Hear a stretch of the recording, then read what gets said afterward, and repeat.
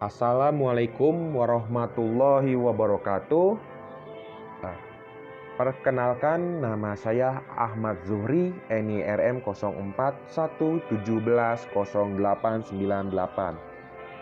Saya merupakan mahasiswa dari Politeknik Pembangunan Pertanian Bogor, semester 7, tingkat 4A, jurusan pertanian, program studi penyuluhan pertanian berkelanjutan. Saya di sini akan memaparkan yaitu hasil dari tugas praktikum mata kuliah konservasi tanah dan air. Judul saya adalah studi kasus aplikasi pola pengolahan tanah di Desa Ciherang, Kecamatan Pacet, Kabupaten Cianjur. Yang merupakan yaitu dari dosen pengampu Dr. Insinyur Maswar M. Agrik SC dan Bu Titis Puri Purboning Tias SP MSI. Identitas diri. Berikut adalah identitas dari saya.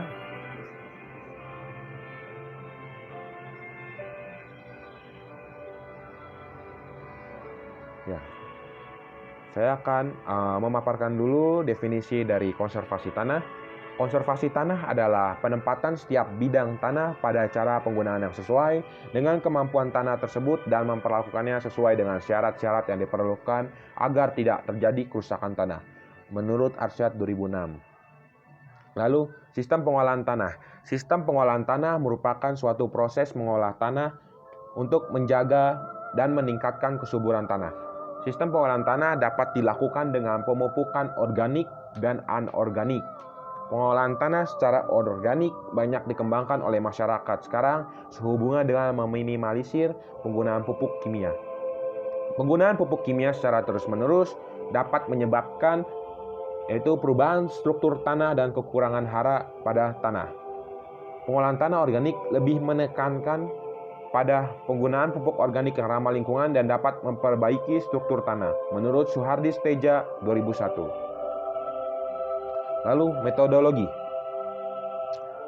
Waktu dan tempat penulis melaksanakan praktikum mata kuliah konservasi tanah dan air dilaksanakan pada semester 7, yaitu pada bulan November 2020 dan sampai Januari 2021, bertempat pada lahan pertanian Kelompok Tani Agro Segar, Desa Ciherang, Kecamatan Pacet, Kabupaten Cianjur, Provinsi Jawa Barat.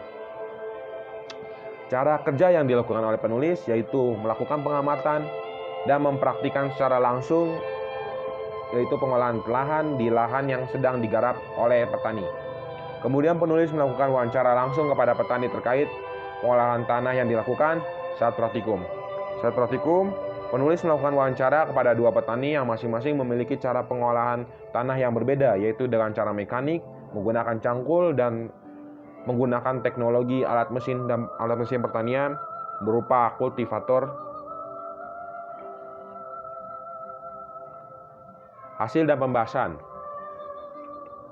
Hasil dan pembahasan yang didapat diringkas yaitu pada observasi pengolahan tanah yang dilakukan penulis, yaitu karena di Cianjur merupakan salah satu daerah yang memiliki kondisi tanah yang beraneka ragam, lebih tepatnya pada Kecamatan Pacet, salah satu kecamatan yang di Cianjur yang termasuk wilayah dataran tinggi, serta pada Desa Ciherang ini kondisi lahannya berbukit-bukit atau tidak datar. Lokasi lahan pertanian ini rentan akan pengikisan tanah yang dapat terjadi tanah longsor pada musim hujan, sehingga para petani sudah dapat menyiapkan caranya sendiri agar lahan tidak mudah tergerus oleh air. Karena apabila tanah terlalu sering terkena hujan dapat menggerus tanah sehingga terjadinya longsor.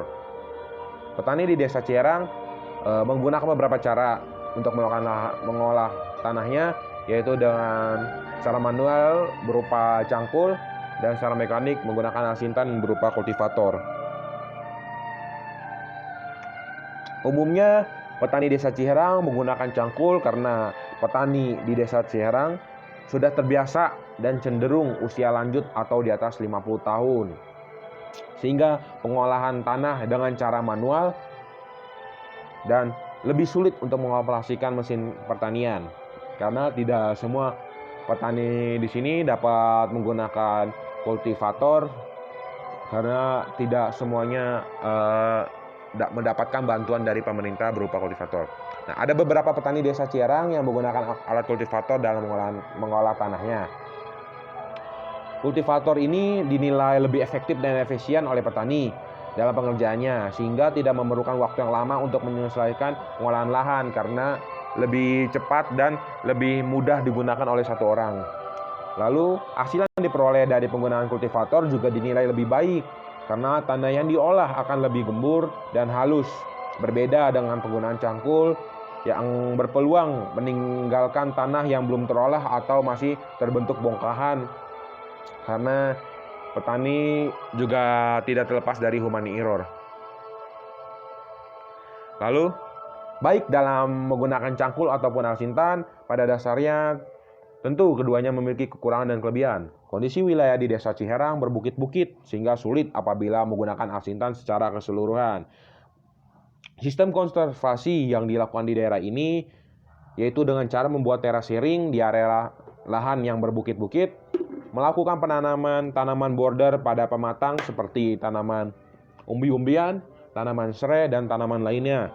Melakukan pergiliran tanaman seperti berbeda saat musim selanjutnya dan melakukan tumpang sari serta mengaplikasikan jalur irigasi air yang selalu dikondisikan. Selanjutnya, perhitungan kebutuhan dan biaya tenaga kerja pengolahan tanah. Yang pertama, pengolahan lahan untuk luasan 1000 meter secara manual menggunakan cangkul. Tenaga kerja yang dibutuhkan berupa sebanyak 2 orang. Dalam waktu pengerjaan 7 hari pengerjaan sudah termasuk dalam pembuatan bedengan. Biaya tenaga kerja 1 HKP atau hari kerja pria yaitu 35.000. Jadi total biaya tenaga kerja yang diperlukan 2 tenaga kerja dengan 35.000 per orang dalam 7 hari, total Rp490.000. Pengolahan lahan untuk luasan 1000 meter secara mekanik menggunakan kultivator,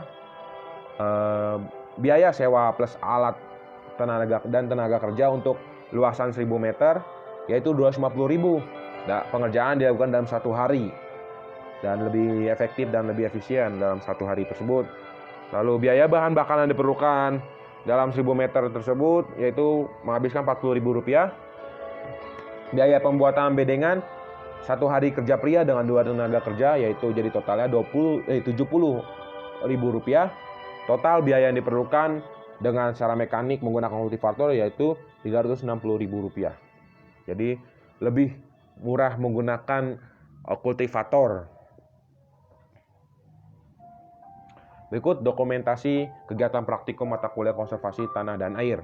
Kondisi lahan desa Ciherang yang berupa terasering, teknik pengolahan tanah dengan kultivator yang dilakukan oleh penulis, perbaikan jalur irigasi air oleh petani, diskusi dengan petani setempat, identifikasi lahan bersama penyuluh setempat. Sekian pemaparan dari saya. Mohon maaf apabila ada kekurangan. Sekian saya akhiri. Wassalamualaikum warahmatullahi wabarakatuh.